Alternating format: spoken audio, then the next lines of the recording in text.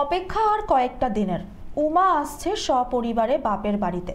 আকাশে বাতাসে এখন শিউলির গন্ধ। শারদোৎসব বঙ্গজীবনের অঙ্গ। রাজা কৃষ্ণচন্দ্রের আমল থেকে বাঙালি তার যাবতীয় আনন্দ উল্লাস আরাধনাকে এক সূত্রে গেঁথেছে এই দুর্গা পুজোর মাধ্যমে। বনেদি থেকে বারোয়ারি সর্বত্রই কোনো এক শক্তি যা আমাদের বোধন থেকে বিসর্জন পর্যন্ত প্রাত্যহিকতার গ্লানিময়তা থেকে দূরে রাখে। দক্ষিণ চব্বিশ পরগনার অন্তর্গত অন্যতম প্রাচীন পৌর শহর জয়নগরকে আমরা সকলেই চিনি সুপ্রসিদ্ধ মোয়া প্রস্তুতকারীর কেন্দ্র হিসেবে চিনি। তবে জয়নগরের মোয়া যেমন ঐতিহাসিক, তেমনি জয়নগর অঞ্চলের ইতিহাসও একই রকমভাবে সুপ্রাচীন এবং ঐতিহ্যপূর্ণ। আদি গঙ্গার প্রাচীন প্রবাহ পথে সুন্দরবনের অন্তর্গত এই অঞ্চল গড়ে উঠেছে পাশাপাশি দুটি এলাকা জুড়ে, যার একটি হলো জয়নগর, অপরটি মজিলপুর। জয়নগরের কিছু ঐতিহাসিক বনেদি বাড়ি এখনো তাদের ইতিহাসকে আগলে ধরে বেঁচে রয়েছে। দক্ষিণ চব্বিশ পরগনার বেশ কয়েকটি প্রাচীন বনেদি বাড়ি দুর্গাপুজোর মধ্যে অন্যতম হলো জয়নগরের দত্তবাড়ির দুর্গাপুজো। অনেকেই আবার এই দত্তবাড়ির দুর্গাপুজোকে সাদা দত্তবাড়ির দুর্গাপুজো বলেই অনেকেই ডেকে থাকে। 1675 সালে জমিদার রামচন্দ্র দত্ত কলকাতা থেকে সুন্দরবনে এসে নিজের জমিদারি আধিপত্য স্থাপন করে। এরপর মা দুর্গার স্বপ্নাদেশে শুরু হয় দুর্গাপুজো। তৎকালীন রামচন্দ্র দত্ত তার জমিদারি আধিপত্য এতটাই বিস্তার ছিল যে 94টি মৌজা এবং 6টি থানা জুড়ে তার জমিদারির আধিপত্য ছিল। 10 দিন ধরে এই দত্তবাড়িতে মহাকর্মযজ্ঞের অনুষ্ঠান লেগে থাকতো অতীতে। মহালয়ের পরের দিন অর্থাৎ প্রথম থেকেই শুরু হতো দেবীর বোধন।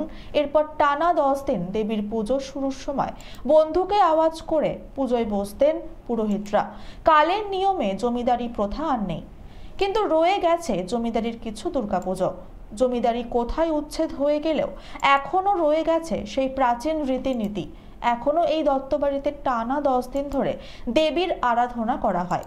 বিশুদ্ধ সিদ্ধান্ত মতানুসারে এখানে পূজিত হয় দেবী দুর্গা। পরিবারের সদস্যরা কর্মসূত্রে রাজ্যের বিভিন্ন প্রান্তে থাকলেও পুজোর সময় পরিবারের সকল সদস্যরা এসে উপস্থিত হয় এই দত্তবাড়িতে। অতীতের সেই জৌলস কিছুটা ভাটা পড়লেও এখনো পর্যন্ত সেই প্রাচীন রীতিনীতি মেনে চলছে দত্তবাড়ির সদস্যরা।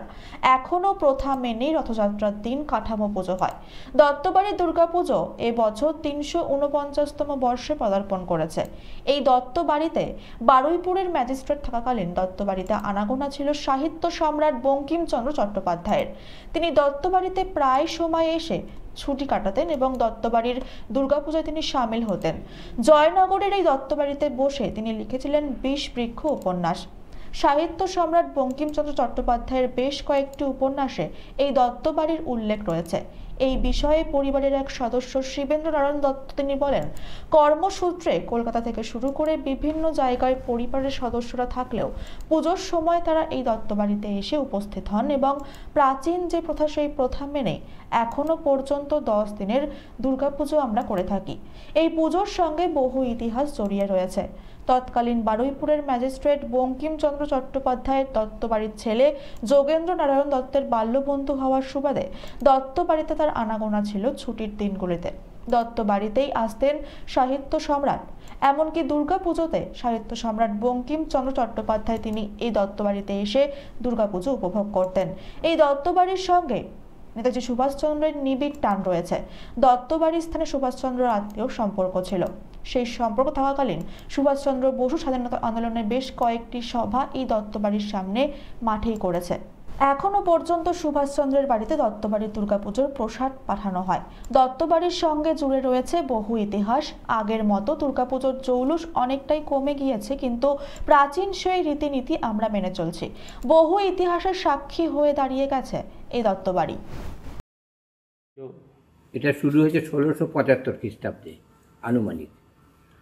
এটা শুরু করেছিলেন রামচন্দ্র দত্ত।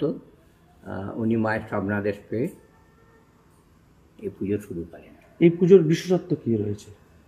বিশেষত্ব বলতে একসময় প্রচণ্ড জাঁকজমক ছিল এই পুজোয়, কিন্তু এখন সেই জাঁকজমকটা ধরে রাখা সম্ভব হয়নি। কিন্তু পুজোর নিয়মনিষ্ঠা বলতে যেটা বোঝায়, আমাদের ওই বৃহদান্তিকেশ্বরের পুঁথি অনুযায়ী, যেটা বেলুড় মঠও ফলো করে, সেই অনুযায়ী আমাদের বিশুদ্ধ সিদ্ধান্ত মতে আমরা সেই পুজোটাকে 10 দিন ধরে পালন করে চলেছি। অতীতের যে জৌলস কোথাও গিয়ে ফিকে হয়েছে বলে? অবশ্যই অতীতে জৌলস ফিকে হয়েছে, কারণ অতীতে তো জমিদারি ছিল, সেই জমিদারি প্রথা তো এখন নেই। তাহলে এই জমিদারের কোনো ইনকাম আমাদের পুজোয় আসে না। সামান্য কিছু বিষয় সম্পত্তি যা আছে তার কিছু যে কন্ট্রিবিউশনগুলো আমরা পুজোতেই দিয়ে দিই, প্লাস নিজেদের যতটা কন্ট্রিবিউট করার ক্ষমতা সে। Bureau report, channel 24/7।